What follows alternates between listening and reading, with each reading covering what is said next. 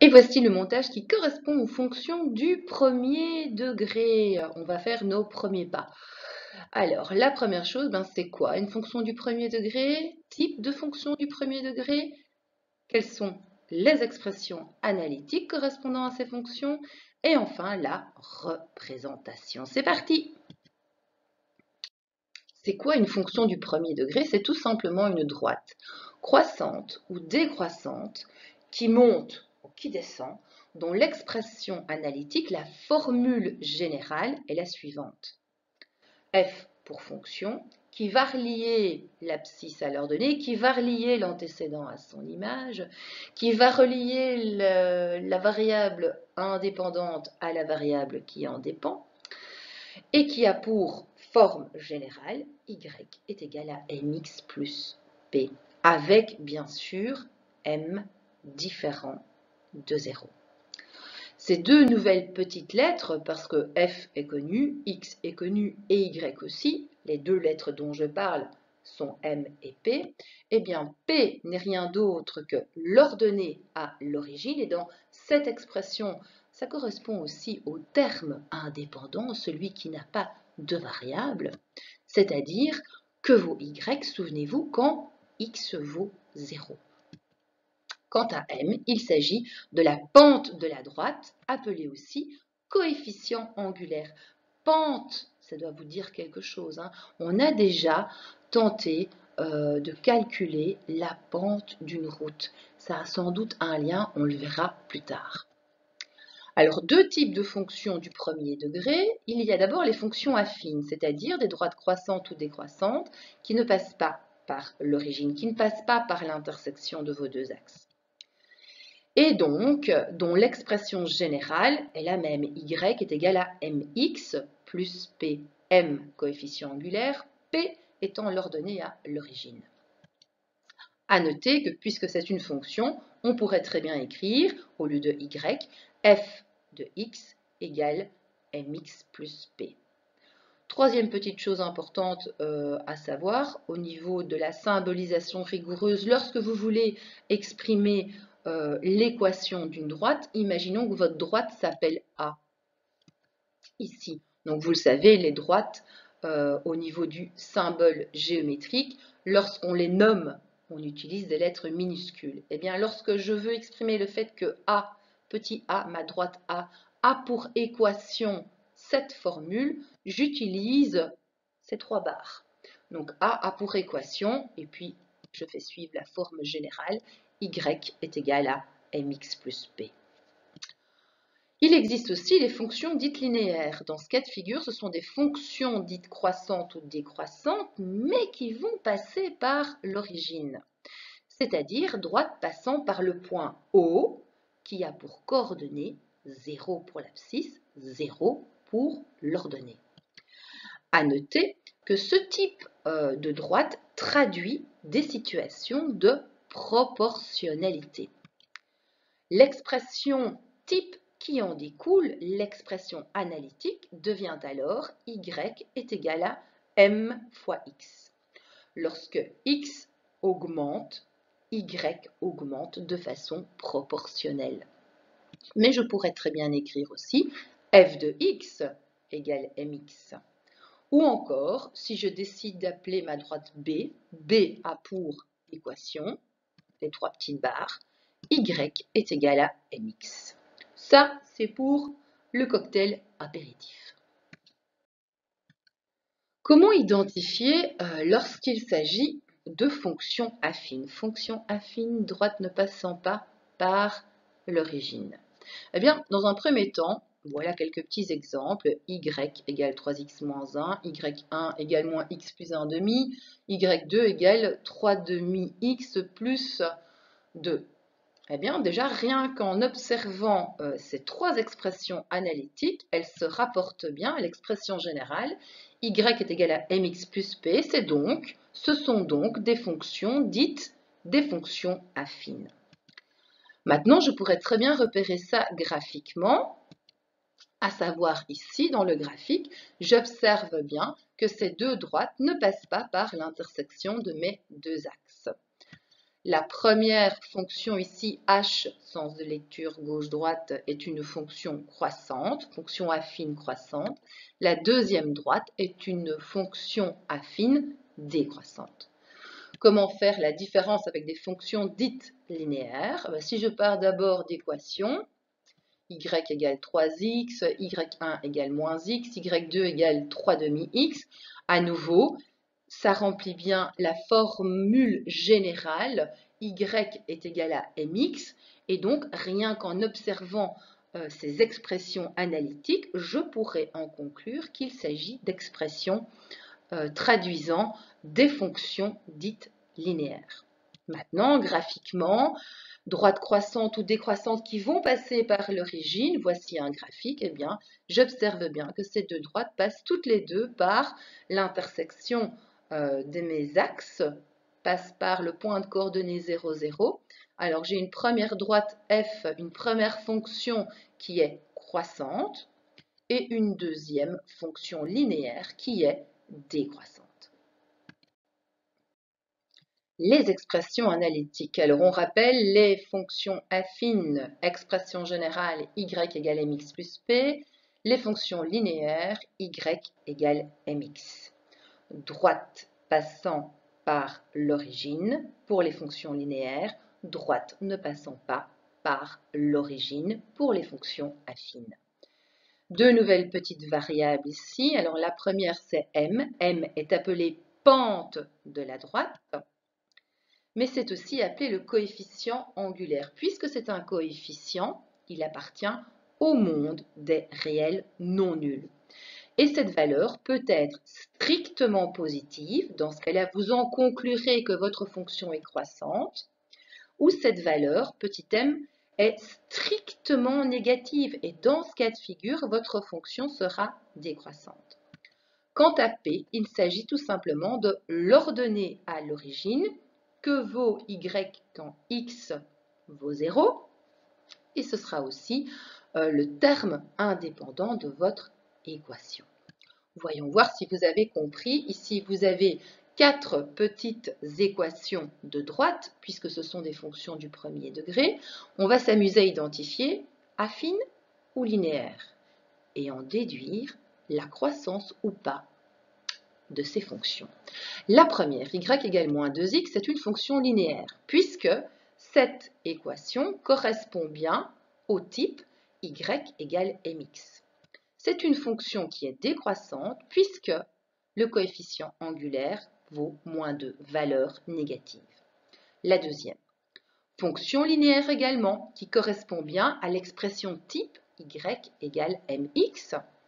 La fonction est à nouveau décroissante puisque son coefficient, qui est fractionnaire, est de moins 1 demi. Pour la troisième, c'est une fonction affine ce coup-ci. Pourquoi? Parce qu'elle correspond au type général y égale mx plus p. C'est une fonction qui est croissante puisque le coefficient angulaire est positif. Son coefficient angulaire ici vaut 3. Pour la dernière, à nouveau, c'est une fonction affine, droite qui ne va pas passer par l'origine. La fonction est croissante puisque le coefficient angulaire est de 2/3, valeur positive. On va identifier l'ordonnée à l'origine, c'est-à-dire que vaut y lorsque x vaut 0. Lorsqu'il s'agit de fonctions dites linéaires, c'est très simple. Étant donné que ce type de fonction passe par l'intersection des axes, eh bien, y vaut 0. P vaut 0. Le terme indépendant vaut 0. La deuxième, c'est une fonction linéaire aussi, ça va très vite. Y vaut 0 également. Pour la troisième, l'ordonnée à l'origine, y vaut moins 5. Il suffit d'aller choper le terme indépendant dans votre équation, c'est bien moins 5. Et pour la dernière, il s'agit de 1. Le terme indépendant dans y égale 2x sur 3 plus 1, c'est bien le plus 1. Comment représenter une fonction du premier degré dans un repère cartésien? Comment représenter les droites? Tracer vos droites dans un repère cartésien. On va partir de deux exemples. La première étape, c'est le profilage. On analyse le type d'équation, le type d'expression analytique qu'on a sous les yeux. Dans le premier cas, y1, c'est bien une fonction affine. Elle correspond bien à l'expression générale y égale mx plus p. Je peux apporter une autre précision dans ce profilage quant à la croissance ou décroissance de cette fonction. Or, ici, c'est une fonction décroissante. Pourquoi? Parce que m vaut moins 2. M est strictement inférieur à 0. Pour y2 maintenant, y2 c'est une fonction dite linéaire parce que y2 égale 3x correspond bien à l'expression générale y égale mx. Quant à sa croissance ou non, il s'agit d'une fonction croissante puisque son coefficient angulaire vaut 3. M sera donc strictement supérieur à 0, strictement positif. La deuxième des étapes, c'est de créer un tableau de coordonnées intelligentes. Tu vas choisir tes x et en fonction, tu vas identifier les y. C'est parti. Pour ma première fonction, je place d'abord x sur ma première ligne horizontale et y sur ma deuxième ligne horizontale. Je vais choisir d'abord de remplacer x par 0. Oui, mais je sais très bien que lorsque je remplace x par 0, il suffit d'aller choper la valeur du terme indépendant dans mon équation qui n'est rien d'autre que 4. Alors, qu'est-ce que je peux prendre? Je peux prendre 2 pour abscisse. Que devient alors l'équation de droite y1? Si je remplace x par 2, 2 fois moins 2 me donne moins 4 plus 4 me donne 0. Je prends 1 pour valeur a. Tiens, quand je remplace x par 1, je n'ai qu'à faire la somme des coefs. Moins 2 plus 4 me donne 2. Je vais prendre 4 pour valeur. Quand je remplace x par 4, 4 fois moins 2, moins 8 plus 4, moins 4. Et j'en prends ici encore une petite valeur pour x3. Lorsque je remplace x par 3, ça va me donner moins 2 fois 3, moins 6. Moins 6 plus 4, moins 2. Est-ce que j'en ai encore pris une? Oui, j'ai pris moins 0,5 multiplié par 0,5, c'est divisé par 2, vous le savez. Ça va donc me donner au final 5. J'en profite pour faire la même chose avec la deuxième fonction, ma fonction linéaire. Bien, il y a une coordonnée pour laquelle je sais déjà que je peux placer les deux valeurs, c'est les coordonnées 0, 0. C'est une fonction linéaire, elle va donc passer par l'intersection de mes deux axes par l'origine. Ensuite, je prends moins 1. Lorsque je remplace x par moins 1, j'obtiens une image moins 3. Je prends 1, une fois 3 me donne 3. Je prends moins 0,5, 3 fois moins 0,5, ça me donne moins 1,5. Alors, reste maintenant la dernière étape, c'est de placer les points qui ont pour coordonnées ce que vous venez de travailler dans votre tableau de coordonnées. Et donc, pour ce faire, je les ramène ici dans la dia et je nomme chacune de ces coordonnées par différents points. Les voilà qui apparaissent dans mon repère cartésien. Donc, vous voyez bien que les points verts correspondent aux points ici calculés dans mon tableau de coordonnées. Alors, si je prends par exemple le point G, il avait pour abscisse 0 et ordonnée 4. C'est exactement ça. Si je prends maintenant le point A, abscisse 4, ordonnée moins 4, c'est exactement ça aussi. Si maintenant je prends pour mon autre droite le point R, j'avais pour abscisse moins 1, ordonnée moins 3, c'est bien ce que j'ai, abscisse moins 1, ordonnée moins 3. Et si je prends le point S, abscisse 1, ordonnée 3, j'ai bien abscisse 1, ordonnée 3. Reste, après avoir placé vos différents points, à tracer la droite qui va les parcourir, sans oublier de la nommer, et faire pareil ici pour mon autre droite. Et je la Voilà, rien de bien compliqué. Voici un exercice type dans un repère cartésien représente les droites qui ont pour équation. Wow, wow, wow, wow. Mais ça ne ressemble pas du tout à des fonctions type du premier degré, ça, Madame Sheridan. Mais c'est pas grave. Il vous suffit de manipuler, lifter chacune de ces expressions analytiques pour qu'elles soient conformes à quoi? À y égale mx plus p. Donc le jeu ici, parce que c'est bien un jeu, c'est de manipuler l'expression pour isoler y.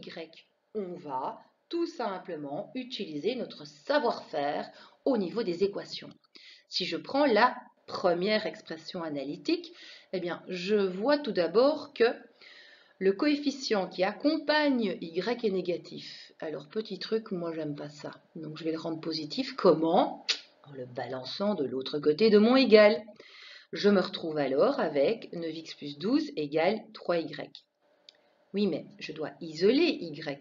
Je dois avoir une expression y égale quelque chose. Ben, c'est pas compliqué. Il suffit de diviser le membre de droite par 3, je neutralise le coefficient 3, mais ce que je fais à droite, je le fais à gauche. Dès lors, que devient cette expression? Elle devient 3x plus 4 égale y. Je redonne un sens de lecture, y égale 3x plus 4. Là, c'est bien une expression analytique qui correspond à une fonction du premier degré, à une fonction affine. Elle sera en plus croissante. Allez, je vous aide, je suis sympa, je prends le 3 parce qu'il y a une fraction. On n'aime pas les fractions. Le truc, éliminer le problème fractionnaire. Comment fait-on? Eh bien, je vais multiplier à droite par 2 et multiplier à gauche par 2 également, par le sacro-saint principe des équations. Ce que je fais d'un côté, si je le fais de l'autre, je respecte l'égalité, j'ai le droit. Donc, que devient cette équation? Ça devient 3x moins 6y plus 18 égale 0. À nouveau, j'ai un coefficient négatif devant l'y, ce n'est pas un souci, je le balance de l'autre côté. Reste maintenant à neutraliser le coefficient de y en le divisant par 6. Ce que je fais à droite, je le fais à gauche, mais ce pour tous les termes. Dès lors, je me retrouve avec à gauche de mon égalité, 3x sur 6 plus 18 sur 6 égale y. J'ai presque fini. Il suffit de rendre irréductible chacune de ces fractions. 1 demi x plus 3 égale y. Je redonne un sens de lecture. Y égale 1 demi x plus 3. À nouveau, j'ai affaire à une fonction affine et qui sera croissante puisque sa pente est positive et correspond à 1 demi.